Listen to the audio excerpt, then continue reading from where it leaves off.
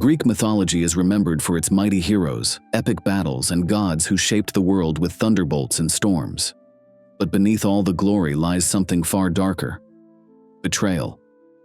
Again and again, in these ancient tales, bonds of love, loyalty, and blood were shattered. Fathers turned on their children, husbands on their wives, and even the gods themselves proved unfaithful. These betrayals didn't just ruin relationships. They sparked wars, toppled kingdoms, and cursed entire bloodlines for generations. Some were born from ambition, others from lust or jealousy. A few were cold, calculated acts of vengeance, and each one left scars on the world of myth that could never be undone. So today, we're diving deep into the top 10 betrayals in Greek mythology, from the treacheries of kings and queens to the scandals of gods and titans. Some are shocking, some are tragic, and a few are almost too gruesome to believe. And stick around until the end, because our number 1 betrayal might just be the darkest act in all of Greek myth. The Greek fleet had gathered at Aulis, preparing to sail across the Aegean and wage war on Troy. But there was a problem. The winds refused to blow. Day after day, the ships sat still in the harbor, their sails limp, the men restless and uneasy. The seer Calchas was called upon to explain this strange calm, and his words were chilling. The goddess Artemis was angered, and she demanded a sacrifice before the fleet could move forward. Not just any sacrifice, the life of Agamemnon's daughter, Iphigenia. For the king of Mycenae, this was an impossible choice. Without the sacrifice, the war could not begin. With it, he would stain his hands with his own child's blood. But ambition and duty clouded his heart. He chose betrayal. Agamemnon sent for Iphigenia, but he did not tell her the truth. He wrote to his wife Clytemnestra and spun a cruel lie, that Iphigenia was to marry Achilles, the greatest hero of Greece. Clytemnestra believed her husband's words. She brought her daughter to Aulis with joy and pride, preparing her for a wedding that would never happen. When they arrived, the truth was revealed in the most horrifying way. There was no marriage, no feast, no bridegroom waiting at the altar, only the priests, the soldiers, and the sacrificial fire. Agamemnon, her father, ordered her bound to the altar of Artemis, and as she cried out in confusion and terror, he raised the knife. The blade fell, and the betrayal was complete. The winds began to stir. The ships set sail, carrying the Greeks to Troy and to a war that would last 10 years. But at home, Agamemnon's crime planted seeds of vengeance. Clytemnestra, who had trusted her husband with her daughter's life, never forgave him. She carried her grief like a burning coal, waiting for the day Agamemnon would return. When he finally stepped into his palace after Troy's fall, Clytemnestra struck. With the help of her lover Aegisthus, she murdered him in his own bath, paying blood for blood. The betrayal of Iphigenia had led to the betrayal of Agamemnon, and the curse of their house deepened. The story of Agamemnon and Iphigenia shows how ambition can corrupt even the strongest bonds, in this case, between father and child. Agamemnon chose power over love, glory over family, and in Greek mythology, choices like that never go unpunished. His betrayal was not the beginning of a curse on his house. It was the continuation of one, dragging his bloodline into tragedy after tragedy. Deep within the palace of Crete lay the labyrinth, a twisting maze built by the genius Daedalus to hold the monstrous Minotaur. Every year, Athens was forced to send youths as tribute, condemned to wander the dark halls until they were torn apart by the beast. Among the chosen was the Athenian prince, Theseus. Brave and determined, he vowed to end the cycle of terror by slaying the Minotaur. But courage alone would not save him. The labyrinth was endless, designed so no man could ever find his way out. That is where Ariadne, daughter of King Minos, entered the story. She fell in love with Theseus at first sight, and she resolved to help him. Ariadne gave him 2 gifts, a sword to fight the Minotaur, and a ball of thread to mark his path through the maze. With her aid, Theseus found the beast, fought it in the darkness, and killed it. Guided by the thread, he escaped the labyrinth, leading the Athenian youths back to freedom. Theseus and Ariadne fled Crete together, bound for Athens. For Ariadne, this was the beginning of a new life. She had turned her back on her family, her kingdom, even her father, to be with him. But on the island of Naxos, betrayal struck. As Ariadne slept, Theseus abandoned her. When she awoke, the ship was gone, and she stood alone on the shore, heartbroken and deserted by the man whose life she had saved. The myths differ on what happened next. Some say Dionysus appeared, claiming Ariadne as his bride and raising her to immortality. Others leave her fate more tragic, wandering the island until her life ended in sorrow. As for Theseus, his betrayal had consequences too. Sailing away from Naxos, he forgot to change the sails on his ship from black to white. His father, King Aegeus, watching from the cliffs of Athens, believed his son had died in Crete. In grief, he threw himself into the sea, a sea that still bears his name. Theseus returned not as a celebrated son, but as a king whose reign began with the weight of two betrayals: Ariadne's love and his father's trust. The story of Theseus and Ariadne reminds us that betrayal is not always committed by villains. Even heroes can prove ungrateful, selfish, and cruel. Theseus is remembered as one of Athens' greatest champions, yet the shadow of Ariadne's abandonment never left his legend. In the royal halls of Troy lived Cassandra, daughter of King Priam and Queen Hecuba. She was celebrated for her beauty, but even more for the gift that would define her life. The god Apollo, drawn to her, offered her a bargain. If she would give him her love, he would grant her the power to see the future. Cassandra accepted the gift. But when it came time to return Apollo's affection, she recoiled. She refused the god, breaking the promise he thought she had made. Apollo could not take back his divine gift, but he could twist it into something cruel. In his anger, he spat into her mouth, cursing her so that no one would ever believe her visions. From that moment, Cassandra's prophecies turned into a prison. She saw the truth of what was to come, but to everyone else, her warnings were nothing more than madness. And so it began. She cried that Troy would fall if Paris brought Helen within its walls. She begged her people not to trust the wooden horse left by the Greeks. She foresaw her own death and the blood of her family spilled on the floor of their palace. But every time, her words were ignored, her truth dismissed as lies. Cassandra's curse doomed her. When the Greeks finally took Troy, she was dragged from the temple of Athena, where she had sought refuge, and claimed as a prize by Agamemnon. Even then, her visions continued. She warned him of the murder waiting at Mycenae, but once again her words carried no weight. She died alongside him, slaughtered by Clytemnestra. Her entire life was a tragedy, not because she lacked the truth, but because betrayal had stolen her voice. The god who had once given her power had made sure it could never save her. Apollo's betrayal of Cassandra is one of the most haunting in all mythology. It shows the cruelty of divine pride, how a god could twist a gift into a curse out of wounded vanity. Cassandra became a symbol of unheeded truth, a reminder that sometimes the greatest betrayal is not disbelief itself, but knowing you are meant to be silenced. On Olympus, marriages were rarely built on love. They were alliances, arrangements, and sometimes punishments. When Zeus gave Aphrodite's hand to Hephaestus, it seemed on the surface to be a union of beauty and craft. Aphrodite was the goddess of love and desire, while Hephaestus, the lame god of the forge, was a master builder and inventor. Together, they could have been an unstoppable pair. But Hephaestus was never Aphrodite's choice.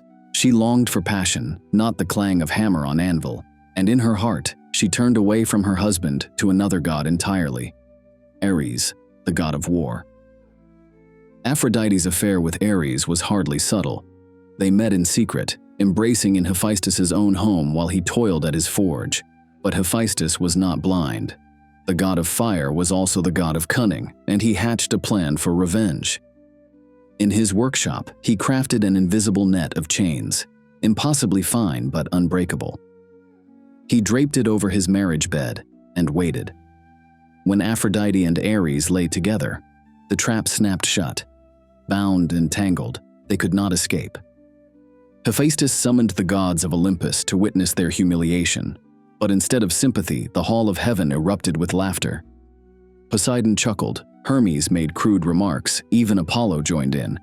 For Hephaestus, the betrayal was doubled.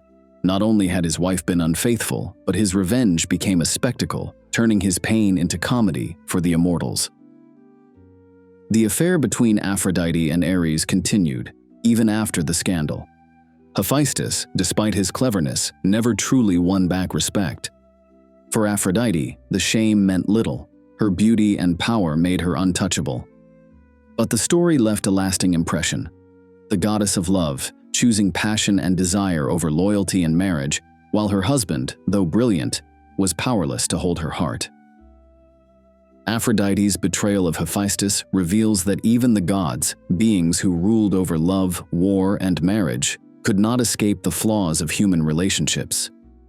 It is a story of humiliation, desire, and divine cruelty. In the end, the betrayal was not only of Hephaestus by his wife, but of the very sanctity of marriage itself, mocked and broken before all of Olympus. In the ancient Greek world, hospitality was sacred. Known as Xenia, it was more than courtesy, it was a divine law watched over by Zeus himself. To betray the bond between host and guest was to invite the wrath of gods and men alike. Paris, Prince of Troy, knew this when he traveled to Sparta. He was welcomed into the home of King Menelaus, treated with honor, and feasted as a royal guest. Menelaus opened his halls, his tables, and his trust to the young Trojan prince. But behind Paris's charm burned a desire that would bring ruin to nations. While under Menelaus's roof, Paris laid eyes on Helen, the most beautiful woman in the world, and Menelaus's wife. In some versions, the gods themselves planted the desire in him, but in all accounts, Paris allowed it to consume him. When Menelaus was called away from Sparta, Paris struck. He seduced Helen, convincing her to leave with him, or, in darker tellings, abducting her against her will. Either way, when his ship sailed from the harbor, it carried not just Paris back to Troy, but the Queen of Sparta as well. It was a betrayal of the highest order, of hospitality, of friendship, and of marriage itself. The bonds of Xenia, considered inviolable, had been shattered. When Menelaus discovered what had been done, his fury burned as bright as his humiliation.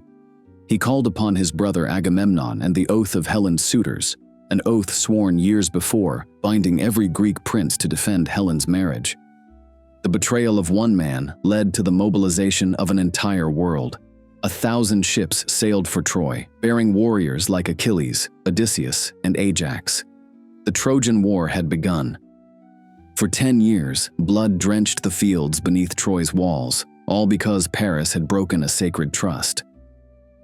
The abduction of Helen by Paris is often called the spark of the Trojan War, but it was more than lust or desire. It was betrayal. By defying the law of Xenia, Paris dishonored not only Menelaus, but Zeus himself. And in Greek thought, such treachery could never go unpunished.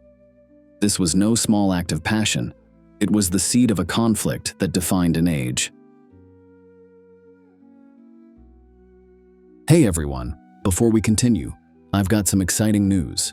My weekly video is now live on my new channel, Index Unknown. That's where I dive into the hidden side of history, the secrets, the theories, the conspiracies, the things they don't want you to know. The latest upload looks into the mystery of shadow people, those dark, human-shaped figures seen lurking in the corners of bedrooms and hallways. Are they just tricks of the mind, sleep paralysis visions, or something far more real, watching us from the darkness? The link's below if you're interested. Check it out after this video. Before she became a monster feared by heroes, Medusa was said to have been a maiden of extraordinary beauty. In some traditions, she was a priestess in the temple of Athena, serving the goddess of wisdom and war. Her beauty was so striking that poets claimed even her hair was more dazzling than spun gold. But beauty in Greek mythology was often as much a curse as it was a gift, and Medusa's fate would be sealed by the desire of one god and the wrath of another. Poseidon, lord of the seas, set his eyes on Medusa. He pursued her, and in some tellings he forced himself upon her within the very walls of Athena's sacred temple. This was already a violation of the divine order, a god desecrating a holy sanctuary, and Medusa its victim. But the greater betrayal came from Athena herself. Instead of punishing Poseidon the offender, she turned her fury upon Medusa. The maiden who had once been her priestess, who had served her faithfully, was cursed. Athena transformed Medusa's flowing hair into serpents, and her gaze into a weapon so terrible that it turned any who looked upon her to stone. In a single moment, Medusa's life was stolen, not only betrayed by Poseidon's lust, but by Athena's merciless judgment. Shunned and hunted, Medusa became the most infamous of the Gorgons. Heroes sought her head as a prize, and Perseus, aided ironically by Athena's own gifts, eventually struck her down. From her blood sprang Pegasus and Chrysaor, children of Poseidon, a final reminder of the god who began her downfall. Medusa's betrayal did not end with her curse. Even in death, her severed head was claimed by Athena, mounted on her shield, used as a weapon by the very goddess who had condemned her. The tragedy of Medusa is a story of double betrayal. Poseidon betrayed her innocence, and Athena betrayed her trust. Instead of protecting a victim, a goddess punished her, and justice itself was inverted. More than any other tale, Medusa's myth reveals the cruelty of divine power and how, in Greek mythology, betrayal could turn even beauty into a monster. In the age when gods still walked among mortals, Zeus traveled the earth to test the righteousness of men. In Arcadia ruled King Lycaon, a man infamous for his arrogance and cruelty. Though blessed with power, he showed no reverence for the gods. When Zeus came to his hall in disguise, seeking the sacred bonds of Xenia, hospitality owed to every guest, Lycaon chose not to honor him, but to scorn the divine order itself. Lycaon's crime was one of the darkest in all of myth. To mock his guest and test whether he was truly a god, Lycaon slaughtered his own son, butchered him, and served the flesh as a feast. In that moment, he committed a double betrayal, against his son, whose life he cast aside in cruelty, and against Zeus, the very god who presided over the laws of family and hospitality. It was the ultimate act of sacrilege, a father betraying his blood and a king defying Olympus in the same breath. Zeus did not eat. Casting aside his disguise, he revealed himself in fury, thunder shaking the halls. With lightning, he destroyed Lycaon's palace, and reducing his throne to ashes. But Lycaon himself was spared death, only to suffer a fate worse. His body twisted and broke, his humanity stripped away as fur and fangs replaced flesh.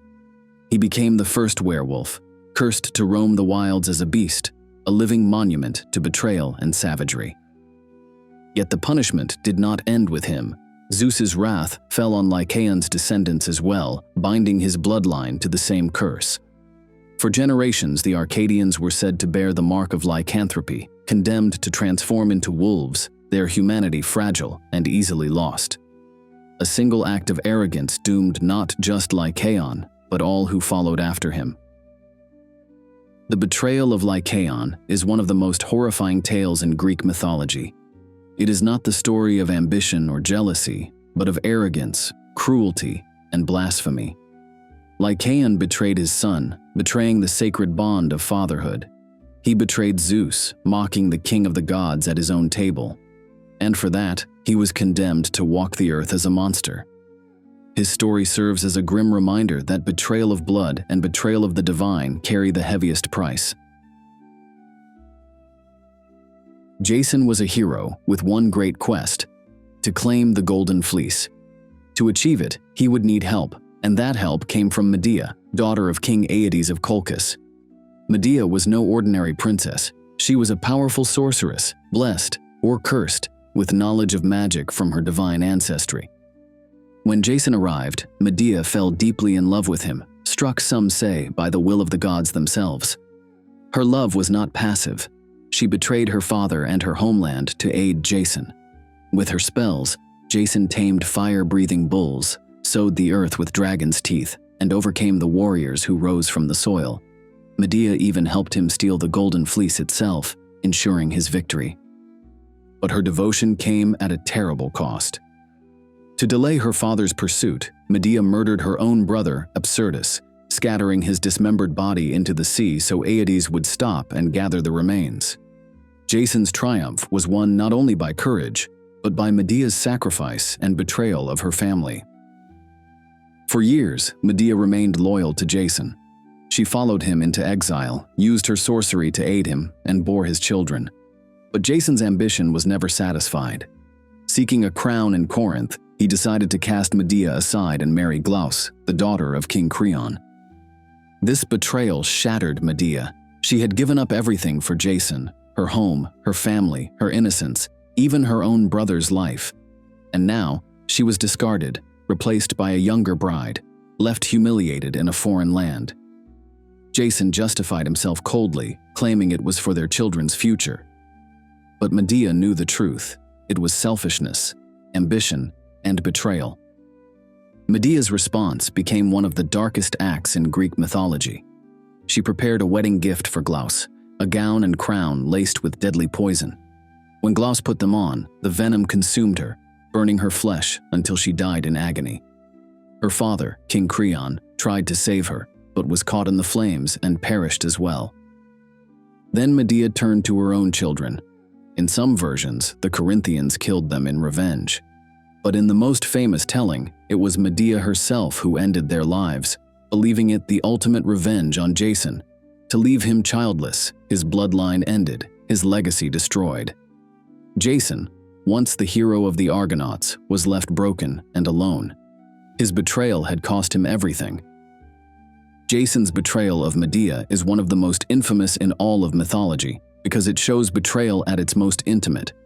This was not the treachery of war or politics, it was the betrayal of love. Medea sacrificed everything for Jason, only to be abandoned for another.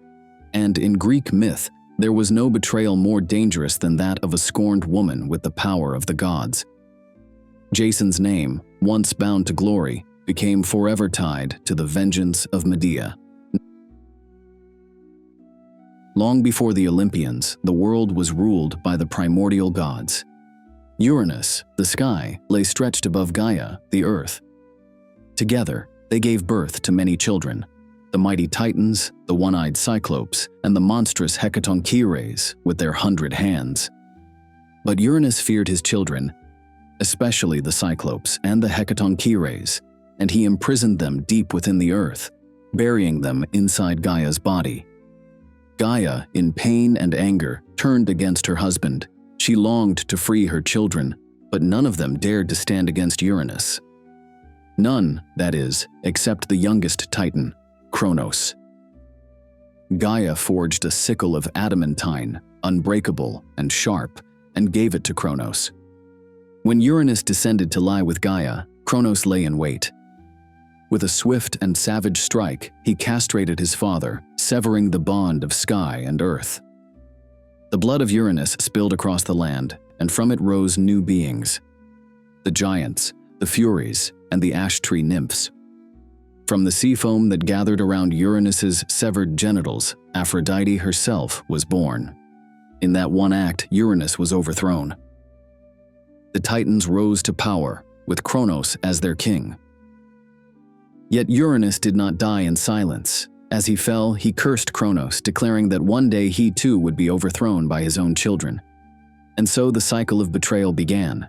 Kronos reigned for an age, but paranoia consumed him. To prevent the prophecy, he swallowed each of his children at birth: Hestia, Demeter, Hera, Hades, and Poseidon. Only Zeus escaped, hidden away by his mother, Rhea. In time, Zeus fulfilled Uranus's curse, overthrowing Kronos just as Kronos had betrayed Uranus. The betrayal of Uranus by Kronos is not just a family feud. It is the first great rebellion of Greek mythology. It marks the beginning of a pattern where sons betray fathers, where each generation rises to overthrow the one before. This cycle of betrayal shaped the very order of the cosmos, reminding us that even the gods were not safe from the treachery of their own blood. The house of Atreus was one of the most cursed families in Greek mythology, its history written in betrayal and blood. At the heart of that curse stood two brothers, Atreus and Thyestes. Both sons of Pelops, they fought endlessly for the throne of Mycenae. Their rivalry was bitter, fueled by deceit, ambition, and jealousy. But the darkest chapter came when Thyestes committed his own betrayal, seducing Ariadne, the wife of Atreus, and using her treachery to steal the throne. Atreus, humiliated and enraged, swore vengeance, and the revenge he planned was so cruel, so monstrous, that it became one of the most infamous betrayals in all of Greek myth. Atreus pretended to reconcile with his brother, inviting him to a grand feast as a gesture of peace. Thyestes accepted, believing perhaps that their feud had ended. He ate heartily, enjoying the rich meats and fine wine his brother offered. But when the meal was done, Atreus revealed the truth. The food Thyestes had consumed was no ordinary banquet. Atreus had slaughtered Thyestes' sons, his own nephews, and cooked their flesh into the feast. He brought forth their severed heads, hands, and feet, showing his brother what he had devoured. The horror was beyond words. Thyestes, sick with grief and revulsion, cursed Atreus and his line, calling upon the gods to bring ruin to his brother and every descendant who would follow. The curse of Thyestes poisoned the house of Atreus forever. Agamemnon and Menelaus, the sons of Atreus, inherited that doom. Agamemnon would betray his daughter Iphigenia and be murdered by his wife Clytemnestra. Their son Orestes would kill his own mother in vengeance. Generation after generation, betrayal and murder consumed their bloodline, each act of treachery echoing back to that night of cannibalistic revenge. Even among the gods, few acts matched the sheer cruelty of Atreus' feast. It was not just betrayal of a brother, it was a betrayal of family, of blood itself, turned into a weapon. Atreus' betrayal of Thyestes stands as the darkest of all Greek betrayals. It was not ambition alone, nor jealousy, nor lust. It was deliberate, calculated cruelty meant to destroy his brother from the inside out. And it worked. This act did not just end a family quarrel. It unleashed a curse that haunted the house of Atreus for generations, shaping the tragedies of Agamemnon, Clytemnestra, and Orestes. It is a reminder that in Greek mythology, betrayal could take many forms, but none more shocking, more gruesome, or more unforgettable than the feast of Thyestes. From the halls of Olympus to the palaces of mortal kings, betrayal runs like a dark thread through Greek mythology. Fathers betrayed their children, wives betrayed their husbands, brothers betrayed each other, and each act left behind more than just pain. It carved scars into families, sparked wars, and even changed the balance of power among the gods themselves. Some betrayals, like Paris stealing Helen, reshaped entire nations. Others, like Jason casting aside Medea, brought devastation to the home. And a few, like Atreus' feast, were so cruel that they cursed bloodlines for generations to come. What these stories remind us is that betrayal is one of the oldest forces in storytelling, as powerful as love, as destructive as war, and as unforgettable as any heroic triumph. But now I want to hear from you. Out of all these betrayals, which one do you think was the worst? Let me know your thoughts in the comments. Thanks for watching, and if you want more stories like this, be sure to like, share, and subscribe for new videos every week.